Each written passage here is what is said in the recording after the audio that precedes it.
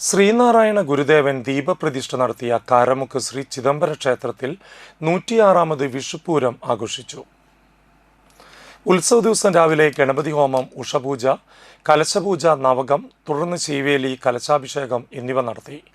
ചടങ്ങുകൾക്ക് സമാജം മേൽശാന്തി സിജിത് ശാന്തി മുഖ്യ കാർമ്മികത്വം വഹിച്ചു.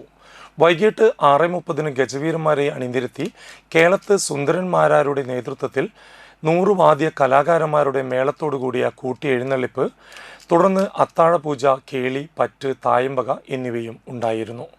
ശ്രീനാരായണ ഗുപ്ത സമാജം ഭരണസമിതി അംഗങ്ങളായ president Biju Ollekkatt, general secretary Sasidharan Kottekkatt, treasurer Venugopalan Cherthedath, vice president Sajan Koottala, secretary Ratheesh Koonath, Sugathan Thoppiyil, advocate TR. Sivan, PA. Jayaprakash, Joshi Eranayezhuth, Sudheerlal Kizhakkott, Valsaraj Kunnathully, Sen Kallatt, Dileep Muthedath, Sony Pottekkatt, Pradeep master എന്നിവർ ചടങ്ങുകൾക്ക് നേതൃത്വം നൽകി.